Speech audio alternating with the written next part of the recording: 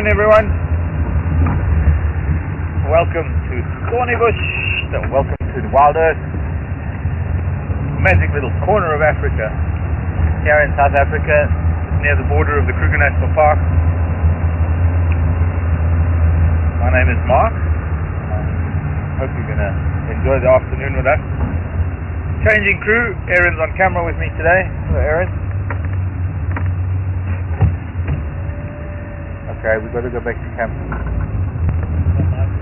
We are live, but we have to go back to camp because little piece of plastic with 16G on it.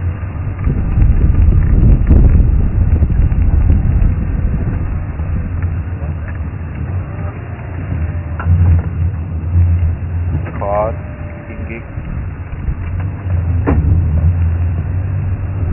Memory card, one of those little things.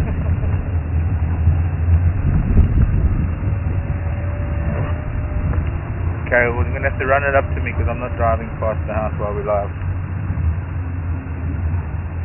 Why haven't we got one?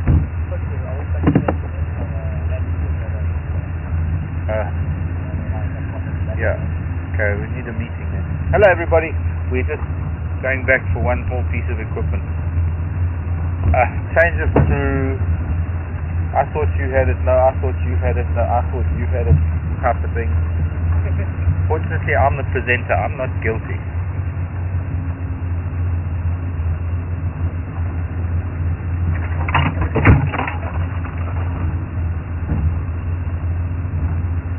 So what are we going to do today? Plan to take over the world. Same as we do every day.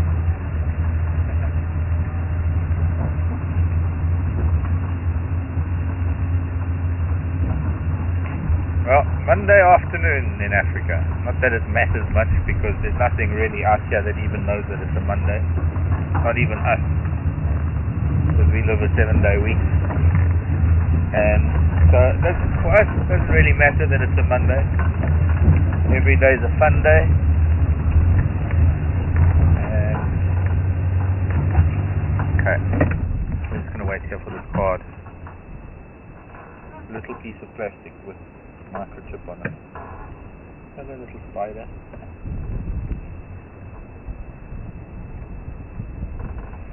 As you can see, I'm still all dressed up, very much the same as I was this morning. Except I don't have. Oh, I've got my beetle scarf. Temperature hasn't changed much for me. Still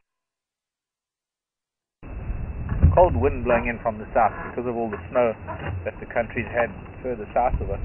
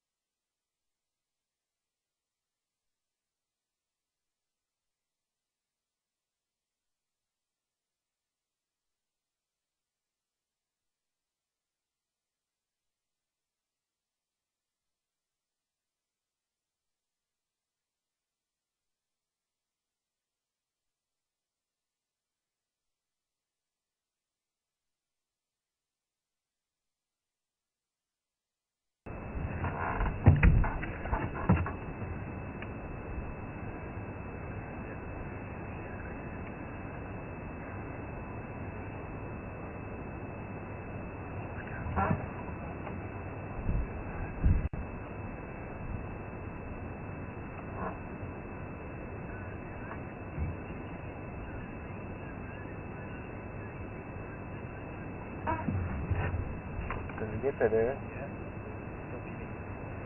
Okay. I told you I'll accumulate them.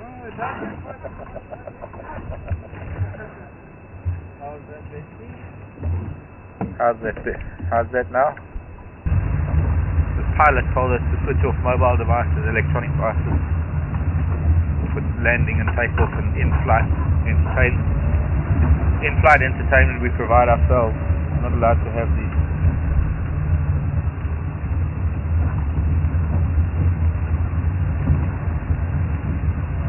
Going to camera 1, right? I guess. So how do you fix interlacing on the GoPros, Miss Becky?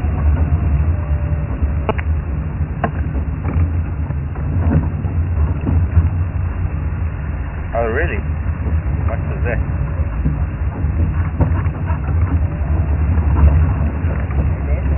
No GoPros today, so we're back to one camera. Vagaries of trying to run equipment outdoors with all the weather conditions that we have.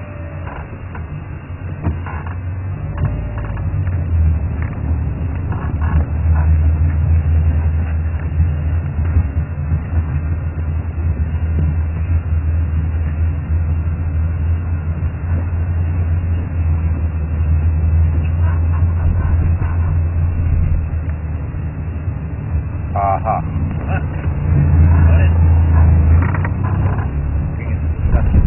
Hello, Pete.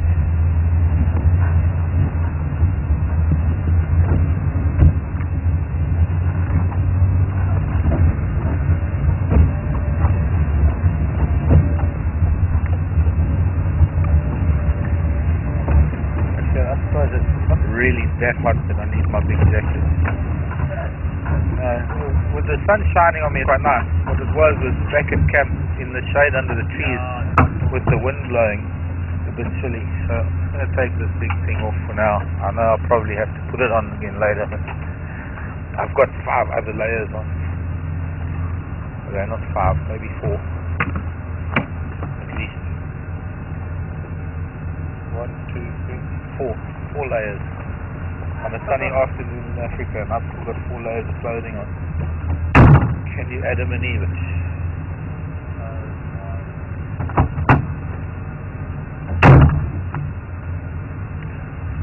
Oh well, I've never professed to be very brave when it comes to temperatures.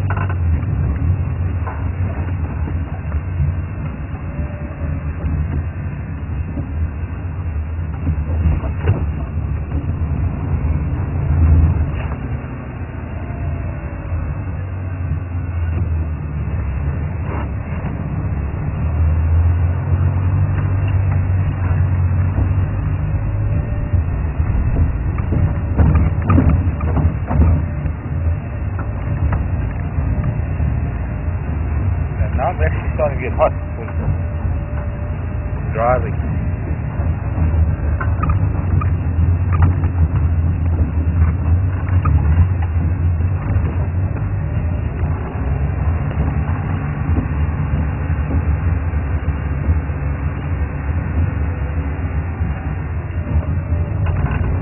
I guess we should just make a turn at the pad.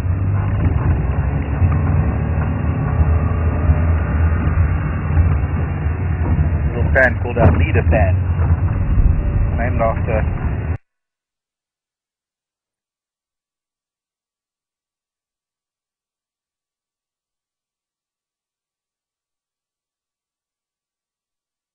so that we don't get it washing out with the film, with the camera. These are all the different appearances of the lizard buzzard. Smaller than some of the goshawks, but the very interesting feature about it is this very white chin with a black stripe coming down the chin. I don't know if you can get that here. Trying to keep shadow on the page, but it has a very distinctive flight pattern, and the way that it lands in trees is very distinctive. That's the juvenile. But yes, lizard hawk, lizard buzzard. Hunting from a perch. Doesn't really hunt from on the wing. And then while we're sitting here, before I turn around, that big tree there, that's the anna tree, or the apple ring tree.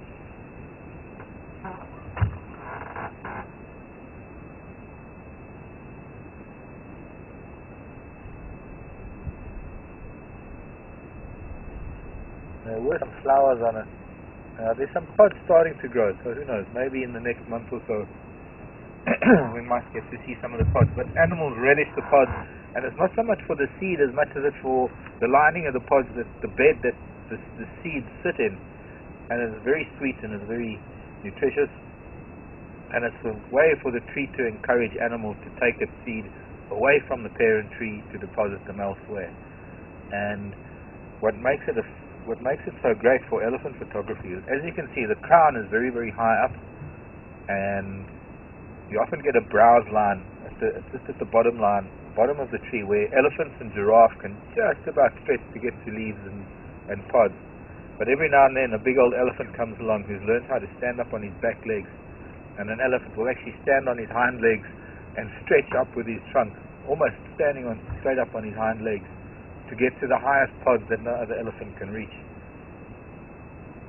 And at times of the year, it'll be around September, I suppose, towards the end of the dry season, the elephant dung is just jam-packed with the seeds of the Faidherbias. I used to have probably about 20 bonsai Faidherbias that I'd grown from seed that I brought back from the Zambezi Valley, that I took out of elephant dung when I was doing walks up there with my good friend Nina Wenniston from New Jersey, and her company Hippo Creek Safaris.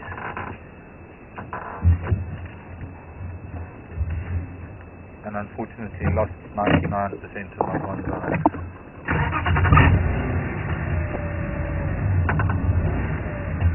Okay, I'll start to the afternoon. Unfortunately, wait, another tick. Yeah, I'm covered in ticks. At the time of the year. Mostly you feel them because you get a bit of an itch. That one I didn't feel, but it's fallen off already. Hello Impala and Stork. It's kind of deja vu from this morning. Same herd, same stork, still hanging around this pan for the safety of it, venturing into the bushes to feed a little bit every now and then.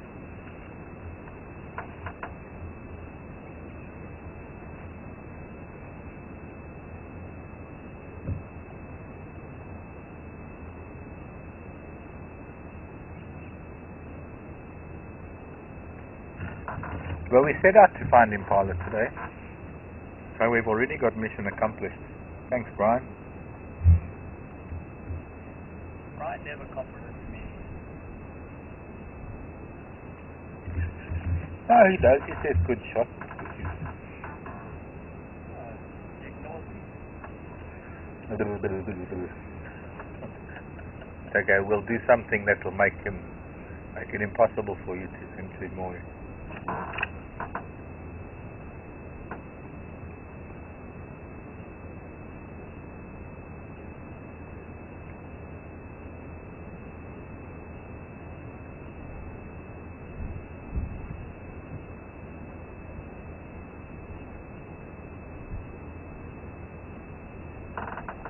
One thing that I can tell you that's interesting with this particular herd of Impala is that it's well past the rutting season. I don't believe that this ram is mating anymore, yet he's still keeping the other males away from the herd, because they're only newborn males. When I must say newborn, I mean they were born this last summer, between say mid-late November and February. But there are no yearling males and there are no older males. And that stork is sitting down, as only storks can, on her... Yeah, sitting down on her ankles.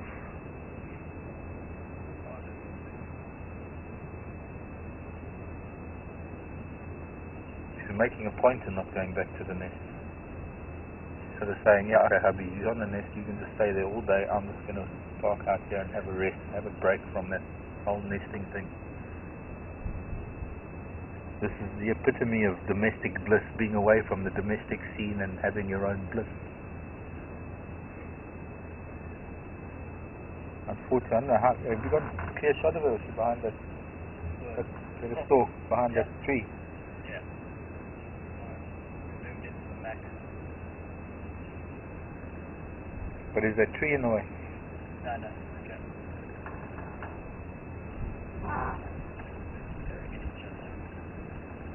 No, I'm just looking at something behind the stalk. So they sort of, the stalk's facing them, so they're pretending to look at something, sort of a cow-wolf thing. They're pretending, oh, there's a leopard behind you, stalk. She's not buying any of it. But they are looking at something at the back there. Stalk's sitting there like a boss.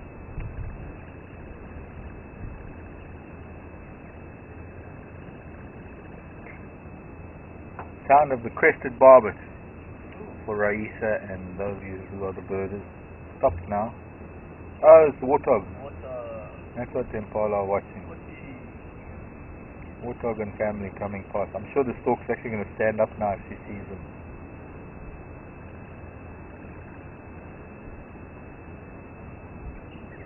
Maybe.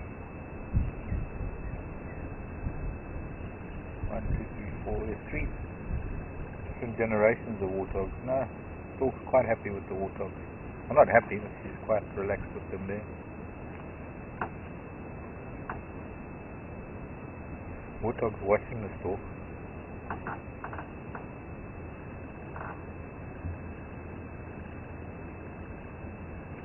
I think they're coming in for a mud bath, perhaps. It's not really hot enough to do that. But it is part of hygiene. Personal maintenance. If you're a warthog, that is.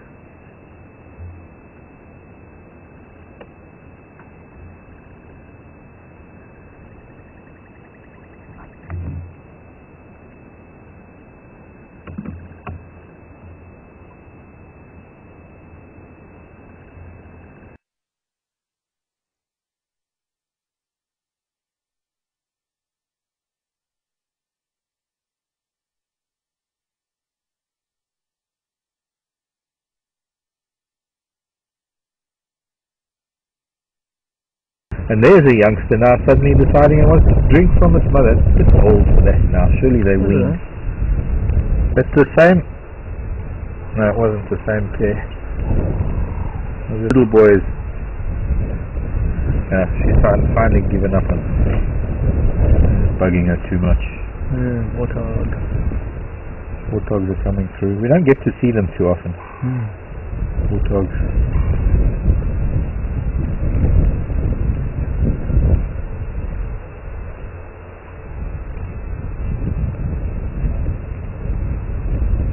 And the beginning of a sparring session for 2 new little boys, just getting their horns, and because their horn buds are just starting, they're already starting to spar, already starting this process of establishing dominance for when in a few years time they become dominant males during the breeding season.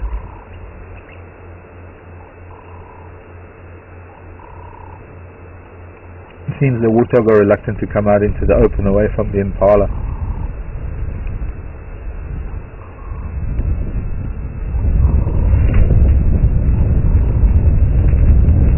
Should get wind noise on that one. Not too bad. No, wind jam is working.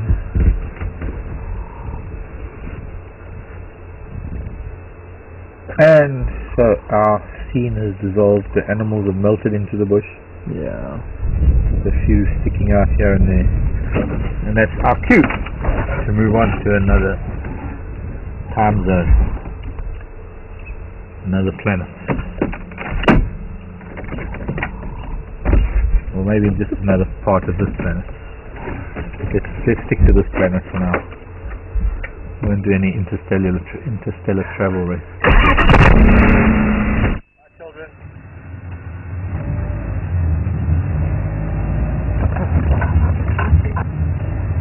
Okay, maybe change my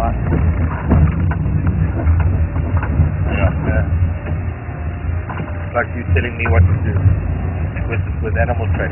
Okay, I'll shut up, Aaron. You do your thing, I'll do mine.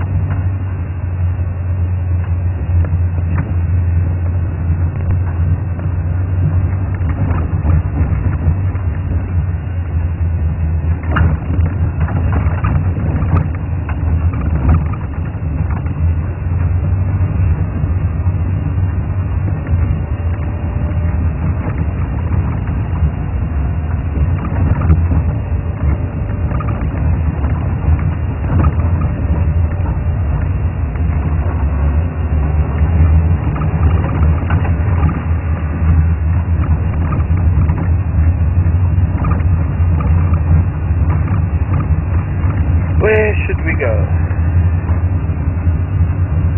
Let's follow the river all the way as far as we can till we lose signal almost. Just in case there might be some elephants coming down this way.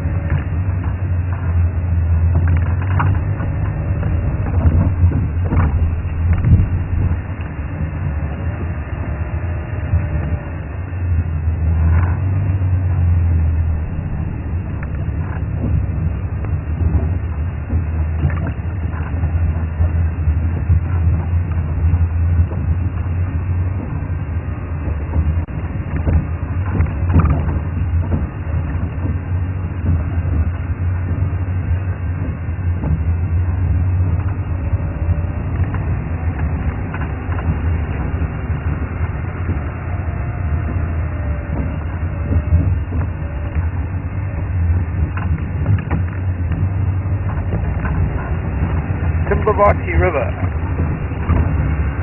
the only main river that runs through Thornybush. Once upon a time, many moons ago, it was a permanent river. Nowadays, as with most rivers, or a lot of rivers, smaller rivers in Africa, the water drops below the sand level in the dry season and it becomes what appears to be a sand river, although it does have water flowing underneath the sand. But a lot of farming and agriculture and land use upstream, no doubt the odd dam or two, what's using up all the river. Not to mention even the game lodges and everyone else who pumps water out of it. Not that many here in Thornybush, but certainly upstream I'm sure there are more.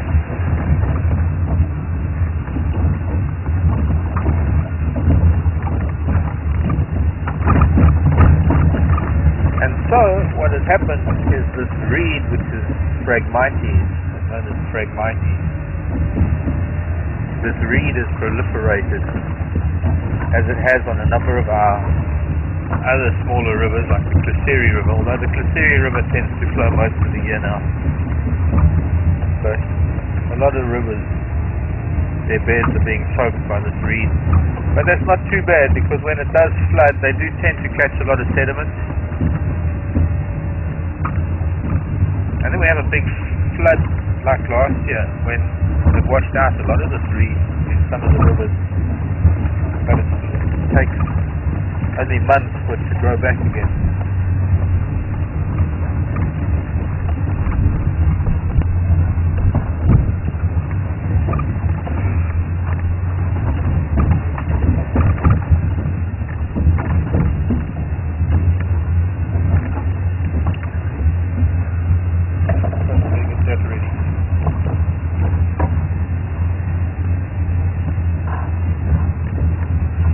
Air and branch breaker.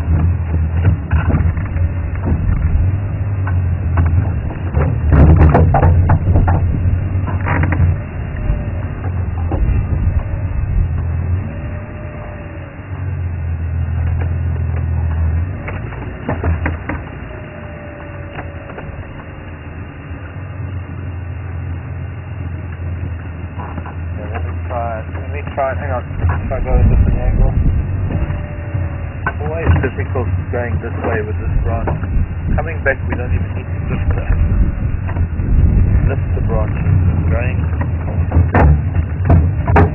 leans the antenna straight into the tree.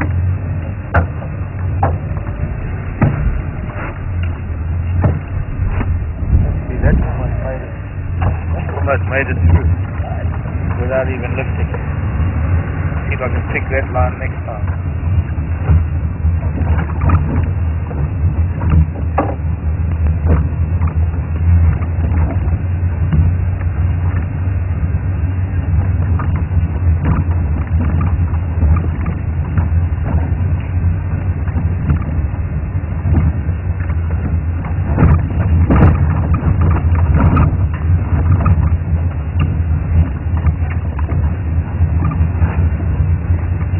I hope everybody's having a lovely Monday. We don't. We just have a fun day every day. Mondays happen when things go wrong. And that can occur any day during the week. It's not a specific day of the week that's Monday. It's generally those days that don't go too well. Those are called Mondays.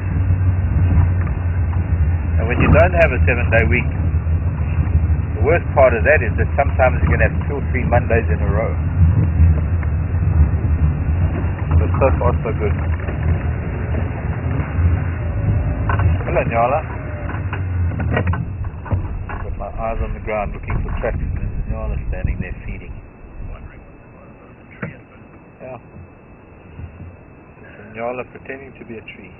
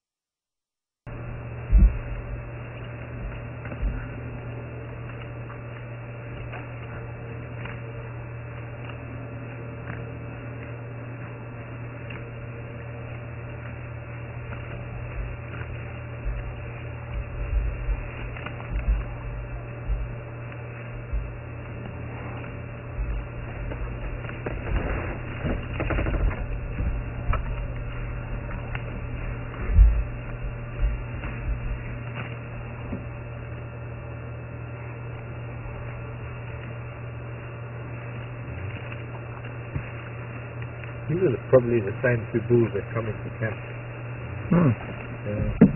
They wander very far. Just around the river and up, do some grading.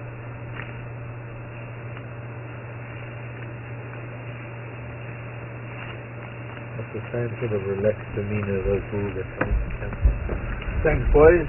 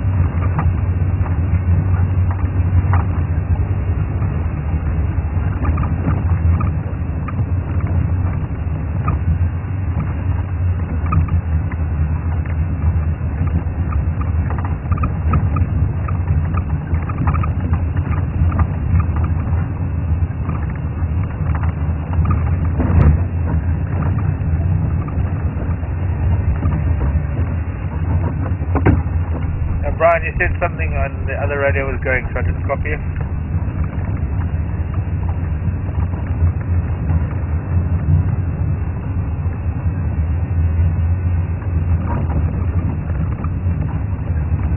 Okay, no questions as yet. No emails, nobody loves me today. Nobody's watching. I think I'll go need work.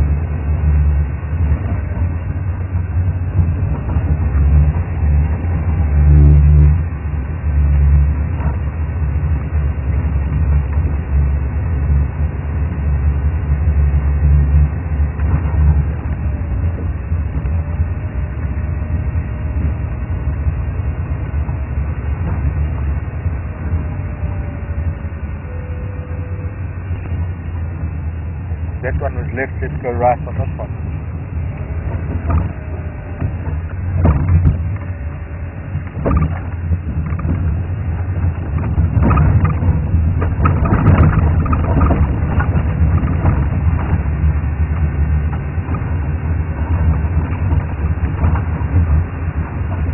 It would be really nice to cross paths, at least find some tracks with some elephants. Exciting job.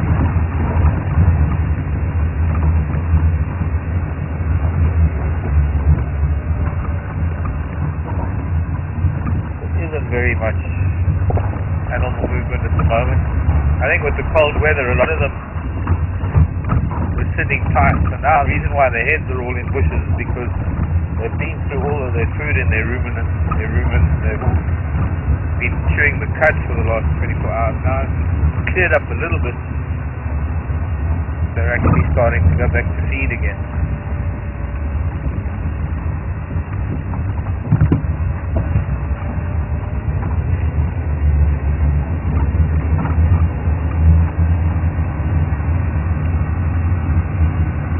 But it is still chilly. I'm still feeling chilled.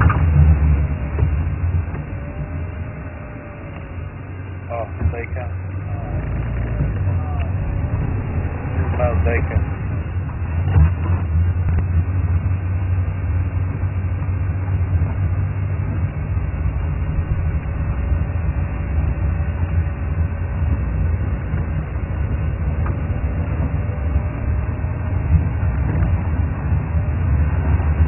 Male Baker, that's what we just saw. Very similar to the skull I found the other day.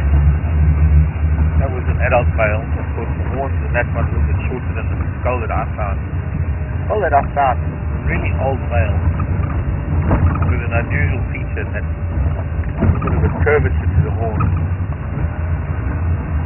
That threw me at first. I mean, by process of elimination, it could only be a dacre, common or grey dacre. But at first I was a little bit puzzled because it's the length and the curvature on the horns that was a little bit puzzling.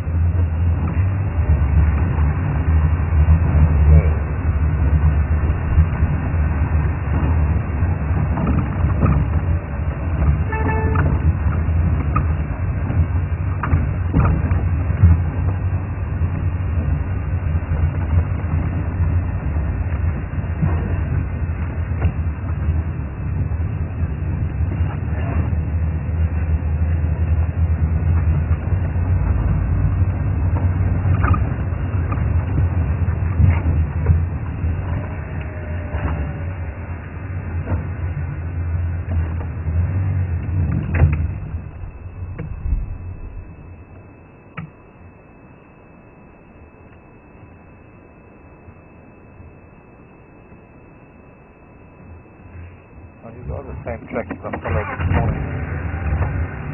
A young male lion.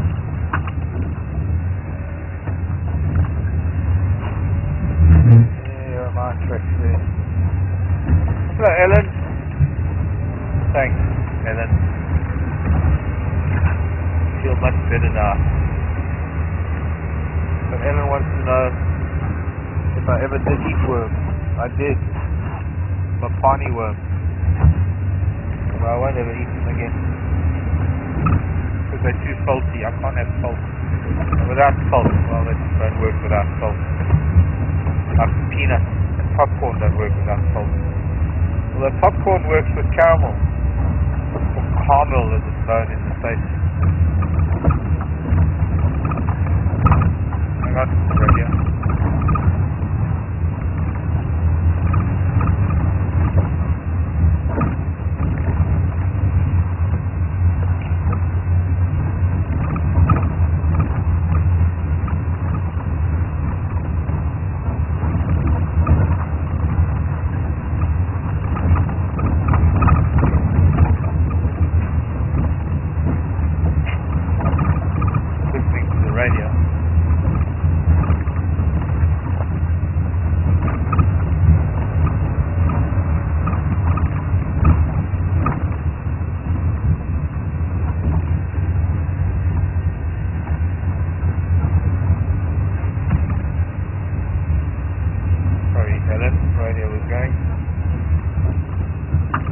Things don't work without salt. I was saying popcorn at least works with caramel coating. Maybe Mapani worms will work with a caramel with chocolate coating. The problem is, you see, I have Mapani trees around my house and I love it in the summer months and I have the Mapani worms there, but I have a friend who likes to come and collect Mapani worms. And I go and visit other friends who process them. And when you've seen the Mapani worms being processed for drying out and salting, then that you won't ever eat Mapani worms again. But they're a delicacy here in South Africa, and you can actually buy them in the shops sometimes.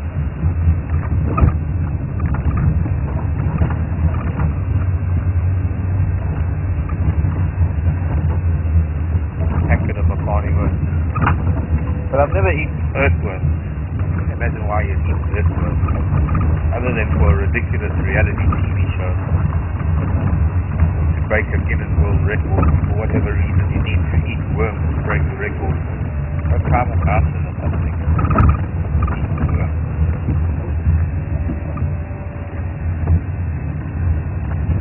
Somehow I don't think worms were meant to be part of our diet. Although, I suppose we've all eaten an apple in a worm. I mean, the other way around, a worm in an apple. But then again, all it really is reconstituted apple with a little bit of protein. Can't be squeamish about that.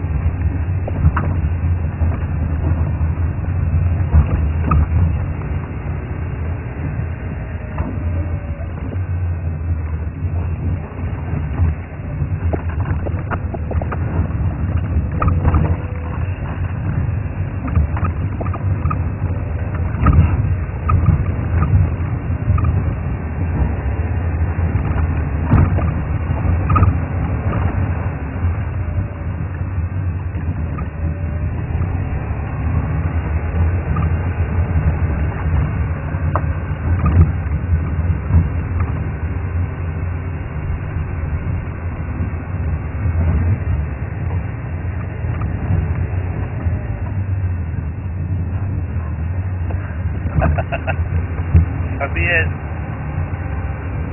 Bonjour, Fabienne. From Montreal, Quebec. Best season to see ladybugs. Ladybugs that are not bugs. And we call them ladybirds that are not birds. They're actually beetles. What's the best season to see ladybugs? Funny, Fabienne, it just reminded me that we didn't see any ladybirds this last summer. Summer, of course, when most insects are out. And actually, come to think of it, just realized that they were conspicuous by their absence. Well, not then, but they are now. They are now conspicuous by their absence then. Because I don't recall seeing any this last summer. Now, we did have an interesting question because,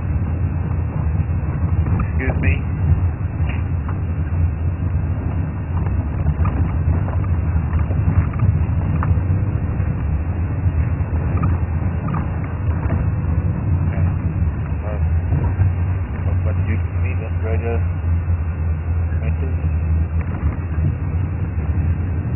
some time ago we had an invasion of an alien species of ladybirds.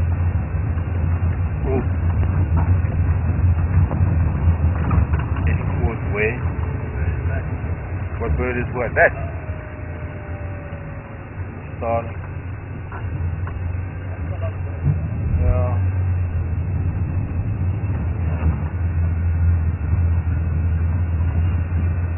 We had a ladybird species from an alien species that came in from somewhere else overseas. Alien species invaded our country, known as the harlequin ladybug, ladybird, the harlequin, and it is quite a prolific and voracious species. Eats anything that it comes across. In particular, our indigenous species, the ladybird.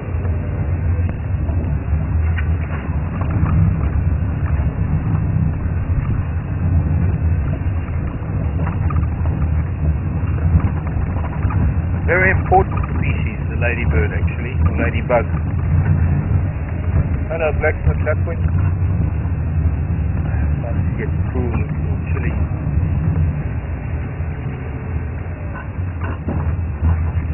Maybe we'll see the crocodile today. We're lucky. Lucky, lucky, lucky.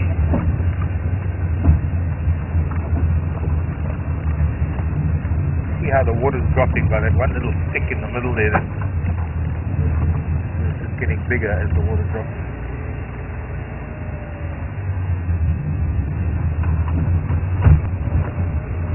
Ladybird, oh, there goes the greenback heron. Let's sit again. I'm surprised that it sits on the edge here and hides, and then when we arrive it flies off. So the ladybird, as a larval stage, now it's quite interesting because it is a beetle, and most beetles go through what we would term complete metamorphosis. Now, the ladybird doesn't exactly have the same type of life cycle as other beetles, because its larval stage, it has a six-legged thing that's not anything like a larva as the other beetles are, and its primary prey is the aphid, or aphids. Aphids, as you may know, are a bit of a garden pest for those of you who are somewhat green-fingered and like to grow your roses and other things. So yeah, I'm just going to put on another layer. I'm freezing, and the sun is shining, and it's probably about 60 degrees Fahrenheit, but I'm cold. Get after all of it, pull down. And I'm wearing shorts.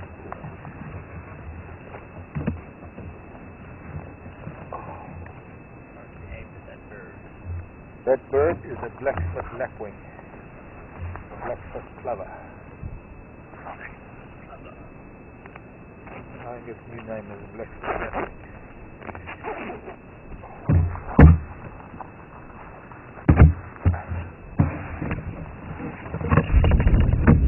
beyond me how people can live in cold climates. I cannot do cold.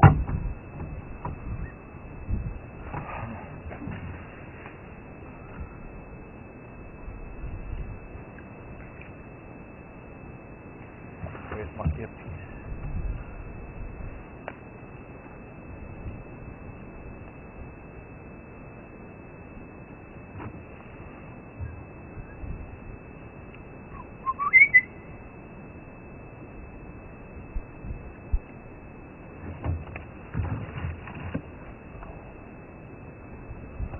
There's another bird called the gorgeous bushrat that was calling.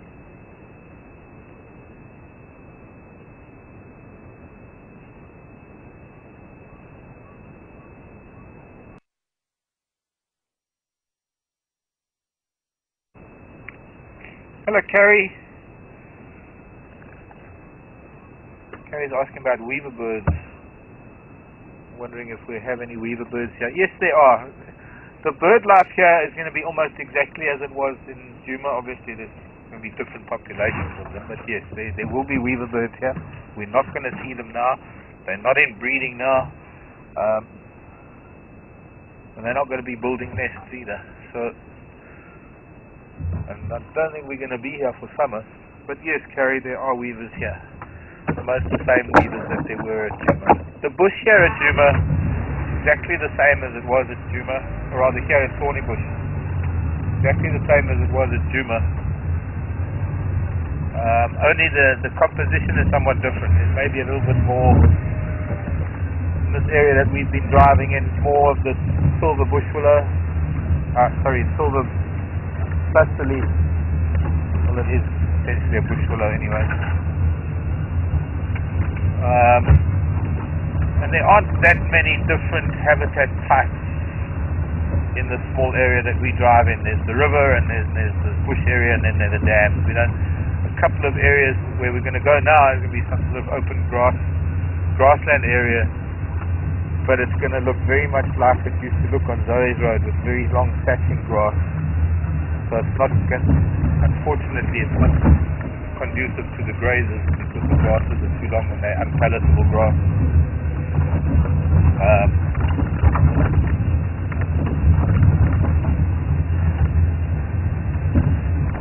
There are a lot of similarities. There is a lot of stuff that is going to be the same as what it was at Djuma. Just different in numbers, different in composition, different in densities.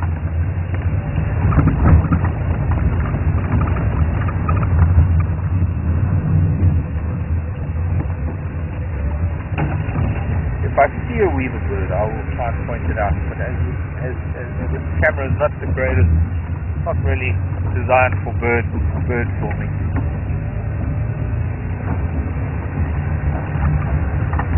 We have to get really close to birds to be able to film them. And so far, it would appear that these birds are rather shy up here. I think I want this rock. Yeah, I do. I need this rock.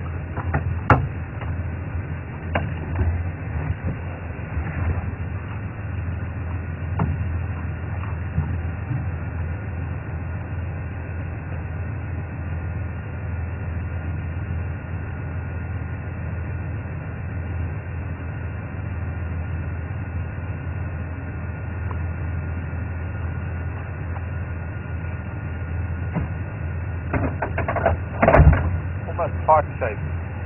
I'm a die-hard romantic. That's his message. Ow! Yes, I just closed my in the door. 10 points. Cool. What do I get when I get to 25 points? Free in Yala. Free in Yala. Free in Yala with a popcorn machine. Or is it free Nyala flavored popcorn?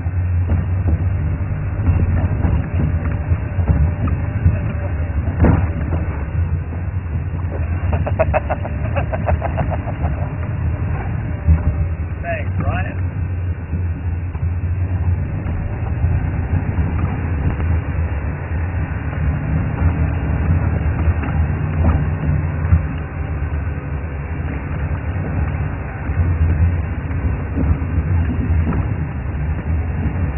If I see any weaver birds, also carry. If I see any...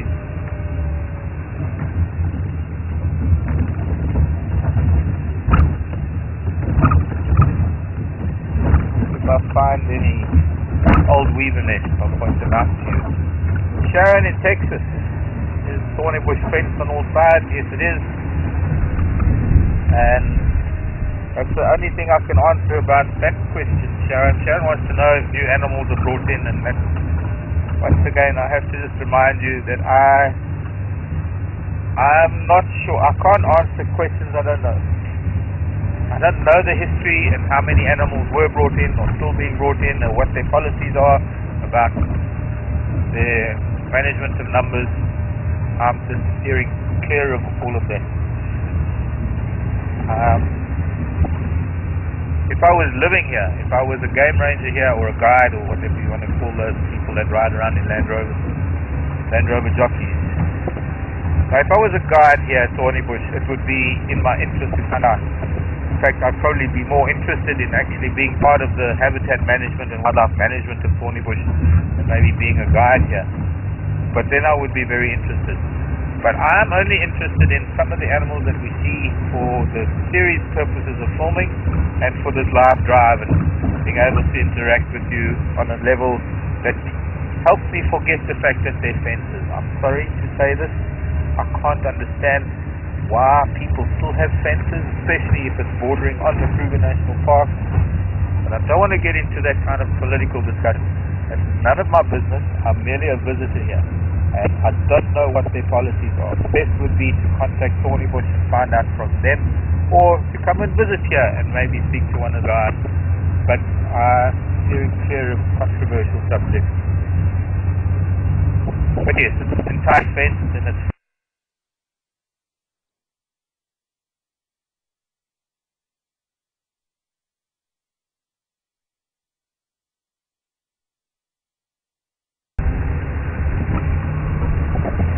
okay. We're gonna go that way. About Ponkapan, and then go around back to Waxville Dam. We're doing the round west, young line. Oh, sorry, not west. To the east.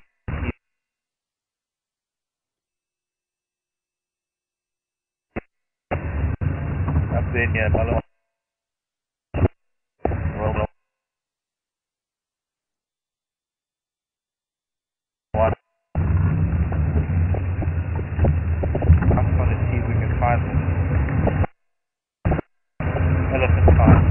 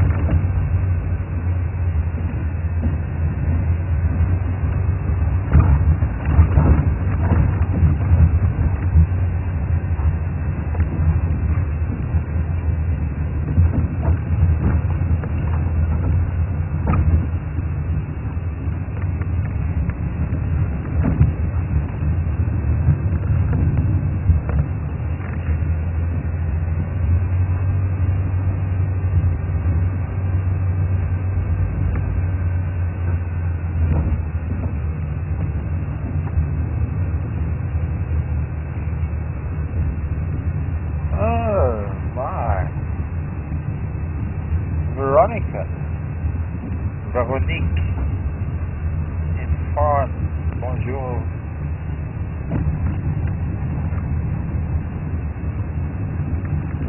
Veronique is asking whether I have the same contact with elephants here as I had with elephants in Juma, particularly one that gave me a branch. Not too sure which incident you're referring to. But yes, the elephants here are quite remarkable. In fact, they're better than the Ellies at Juma. Although, I don't know. Kind of a bit of the same. Maybe they're a bit better here. But better, by better I mean that they're more relaxed and they're more accustomed to the vehicles. And I think of all the places I've ever lived, other than finding myself underneath an elephant once, I've never come close to elephants in a friendly fashion the way that I do here at Thornybush. And in some ways, that's the one thing about Thornybush that will sell it for me personally, is that I can spend time with elephants here the way I can.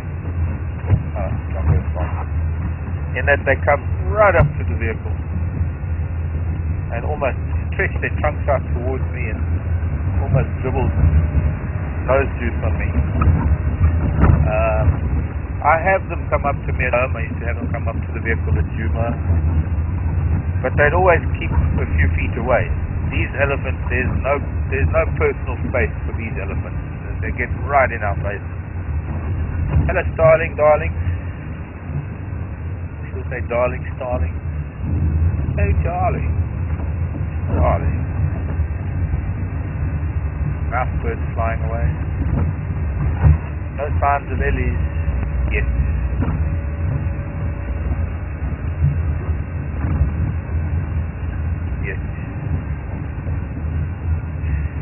Yet they must be around somewhere.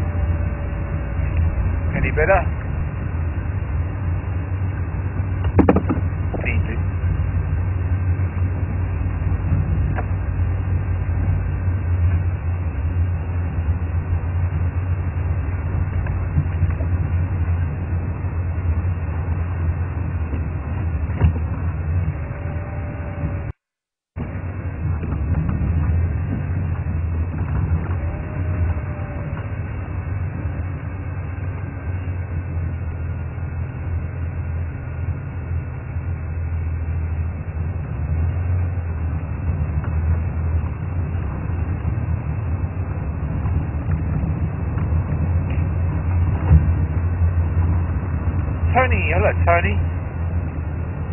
California.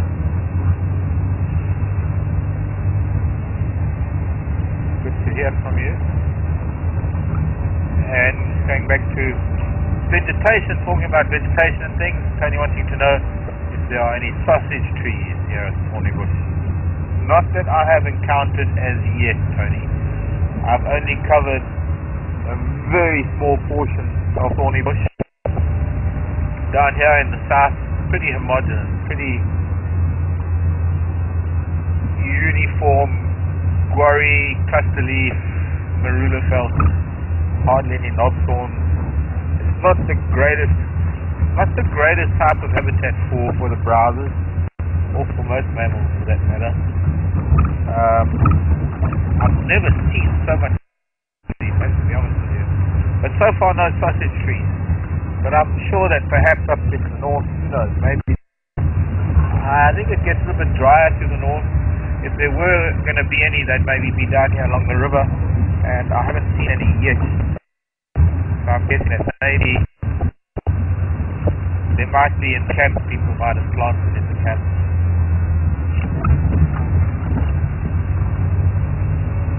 No naturally occurring ones that I can tell. Funny, we have some in town in Hoodspray. Excuse me, I just need to clear my sinuses. Oh, sorry, spider. What is the grass thing?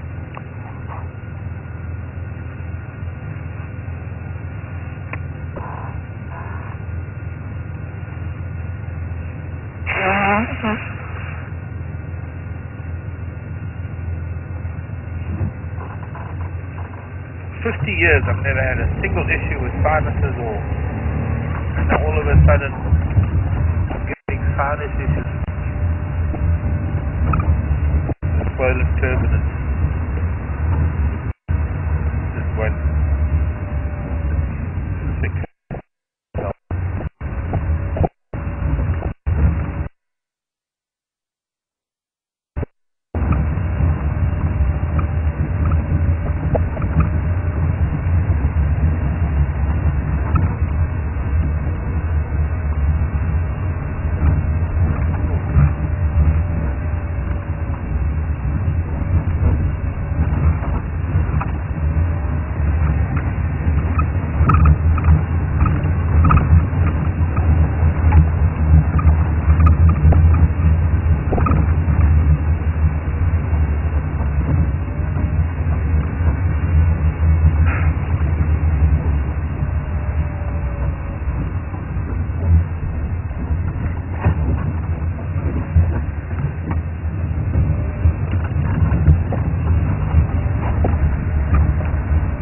There are actually a few plants and trees that I'm not sure of.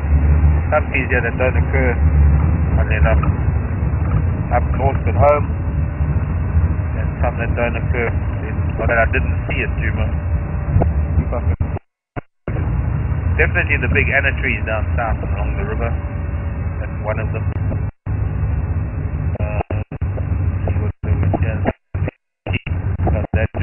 None of that is for me at home. I don't have anything around these teeth. I don't even have the silver cluster leaf at home. I also don't even have this large fruited or even the velvet bushwood at home. Not that much. I think my house is probably closer to Thornybush than Juma to Thornybush. Yet the vegetation here is more Thornybush, or more of its dark sand nature than it is northern Timbavati.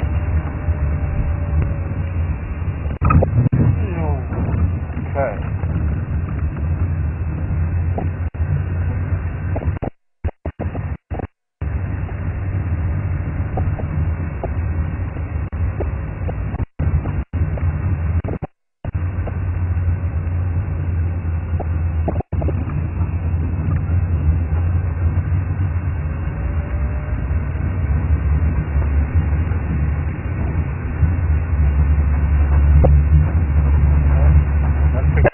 Afternoon, and it is really chilly, so it could have something to do with temperatures. Not a comfortable afternoon, and if I'm not comfortable and I've been able to put jackets on, and we can be sure that the animals are not comfortable because they just got to adjust cold temperatures after having warm temperatures yesterday and the day before. For them, it takes them longer to adjust. So you just have to be patient, I guess.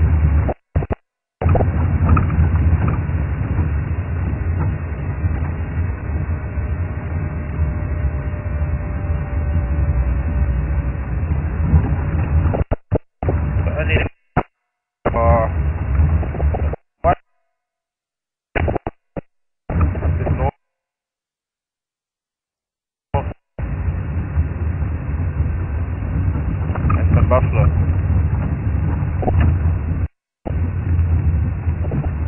Listening to this radio.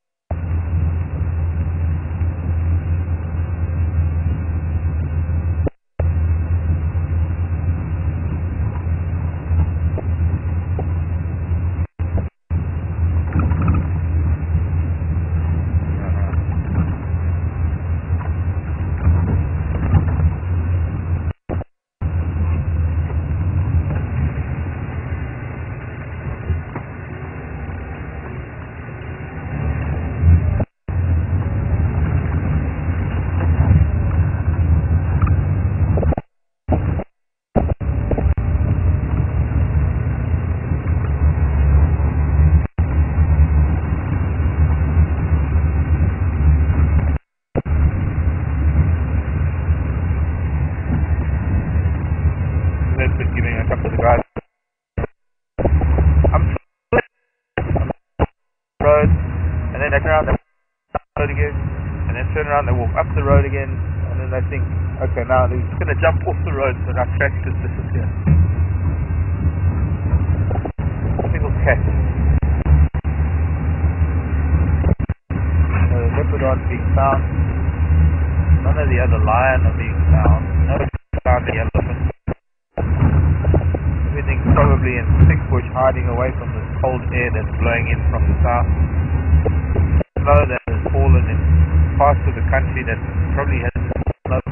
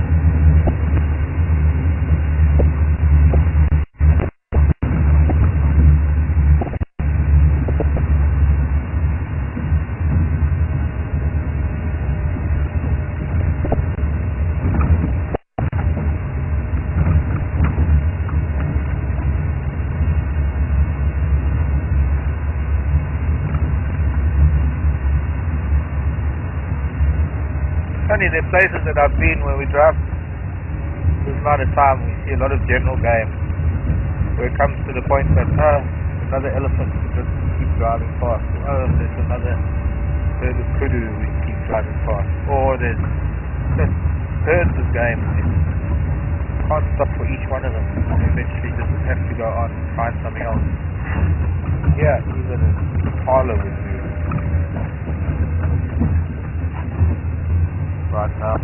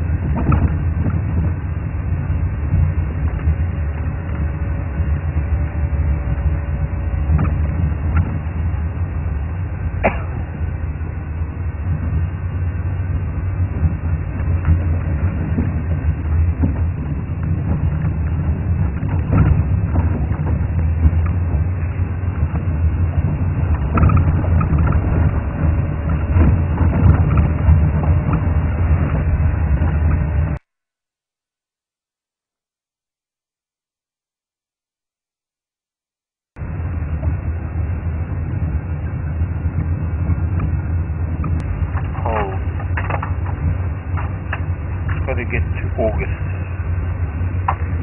and then I'll be fine.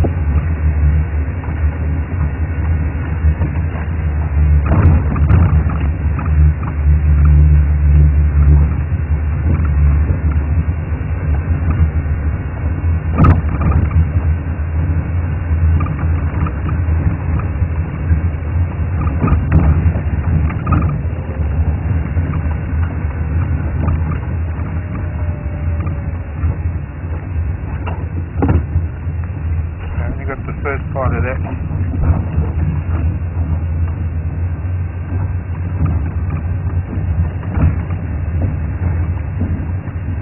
Okay, copy.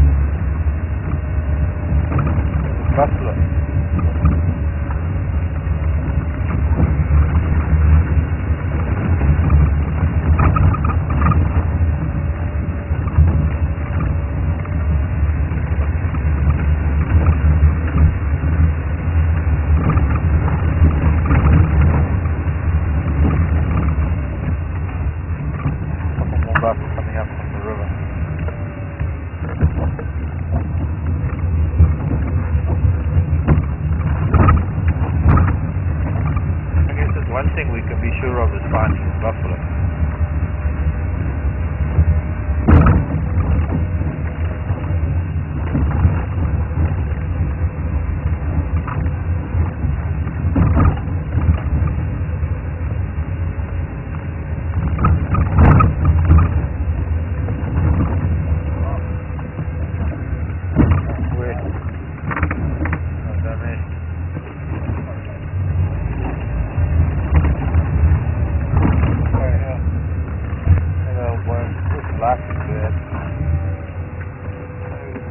silhouette of it.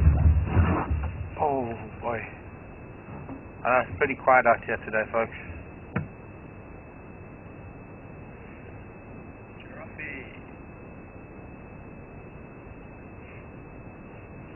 Little boy.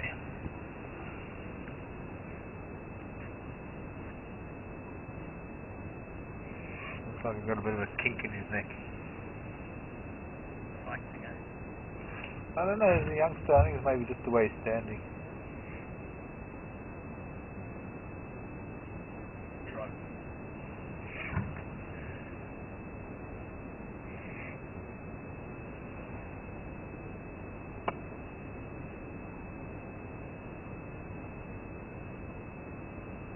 Interesting, they're buffalo on both sides of the fence. Yeah, on the other side of the river there's a big buff just on the outside of the fence.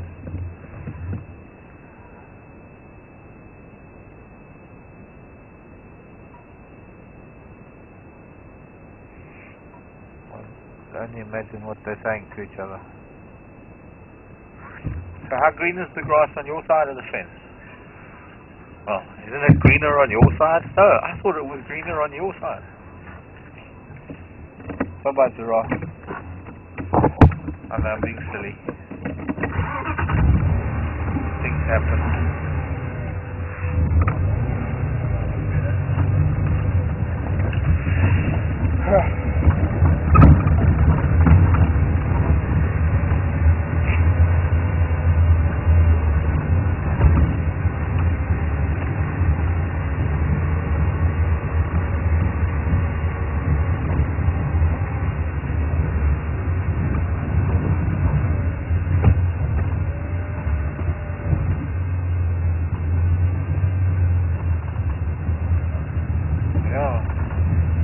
Quite a few buffs here.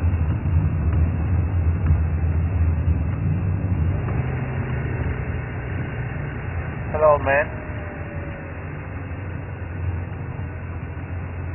Excuse me.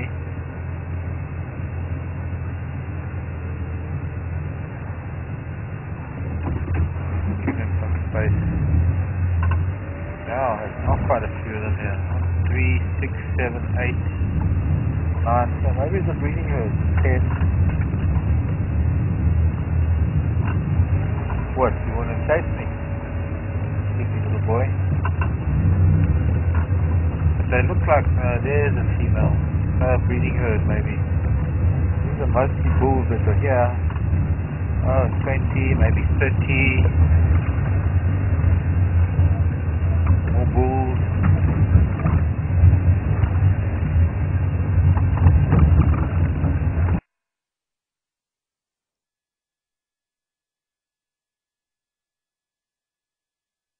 I dare say that buffalo on the other side of the fence might have got through when the cedar fence was broken. Now he can't get back in. Or he's just another buffalo that's heard this lot, because it's quite a noisy lot. Sorry, old man.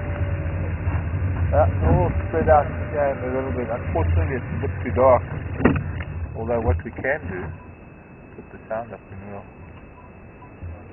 Listen to them in the reeds. I'm just going to call this in quickly. He might come.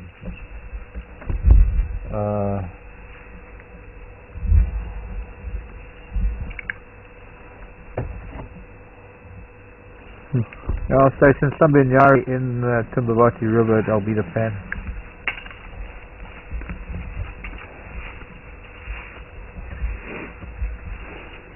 What are you going to do, Mr. Buffalo? Come and have a look.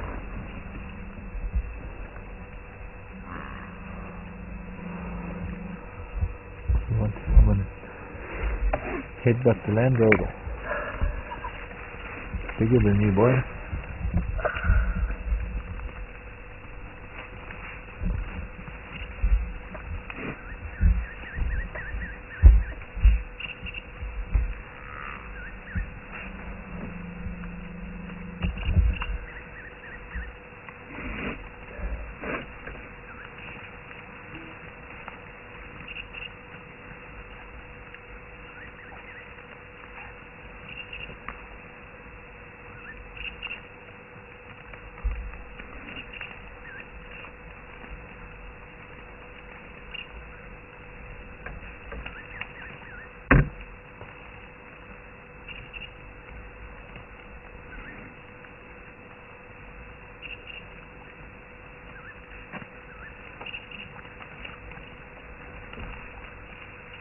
see anything in the camp. Yeah, no, good.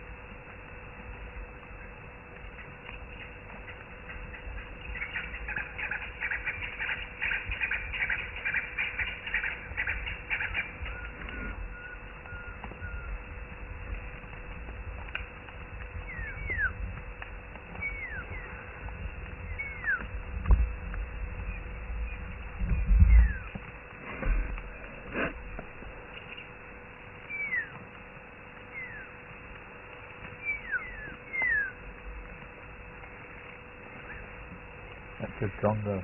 No. Full-spotted owl.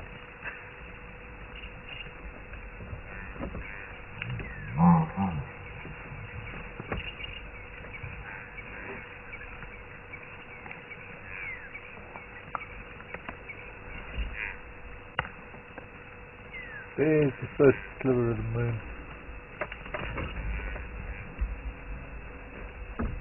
Yo. I think the camera will get that. I don't think so. 2 weeks before noon.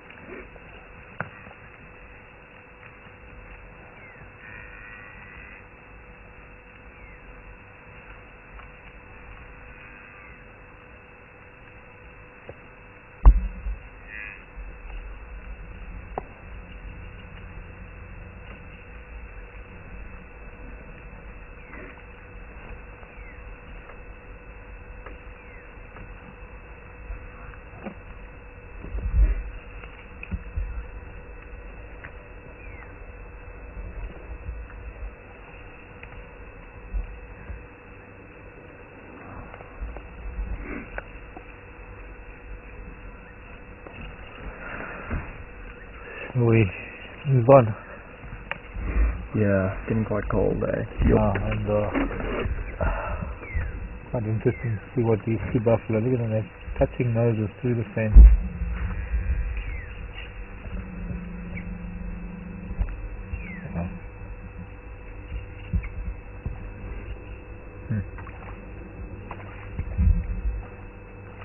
They're big old bulls, they probably know each other from childhood.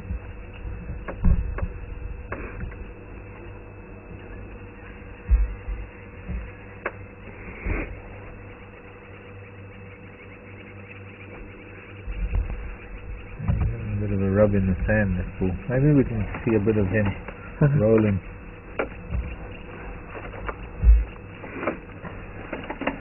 You can see that other one's going to try and get under the fence. Doubt it.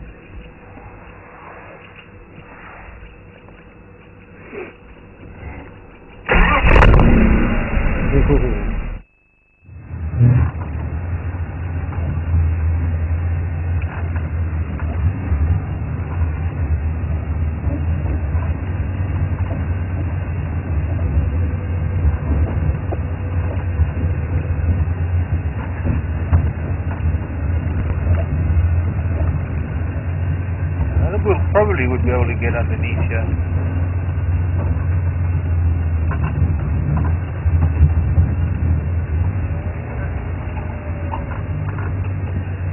Pardon? Yeah, I got a bit of a gash on his leg.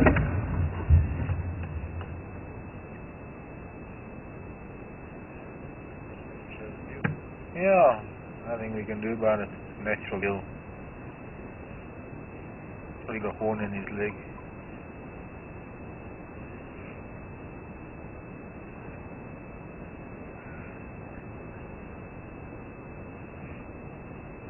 Looks worse than it is, probably. Look at just to see the strength in their necks when they're digging their horns into the mud like that. Yeah.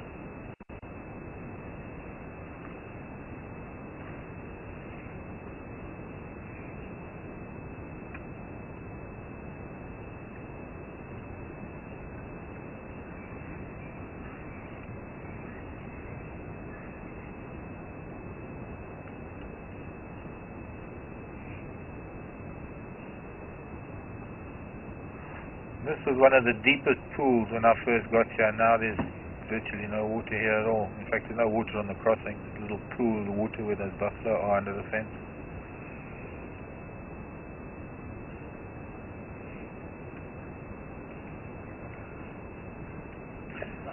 It's time.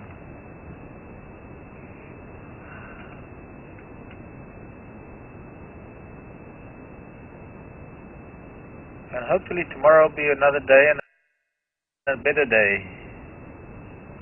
It was a buffalo afternoon today.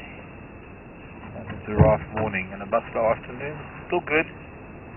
Interesting how these bulls are warning the ground and showing off their strength.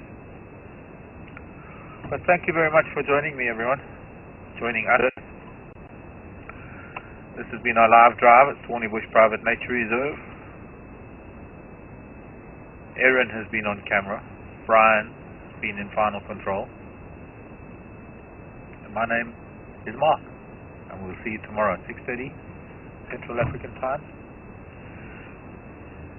And new day, new tracks, new possibilities. We'll see you then. Bye-bye. Bye-bye.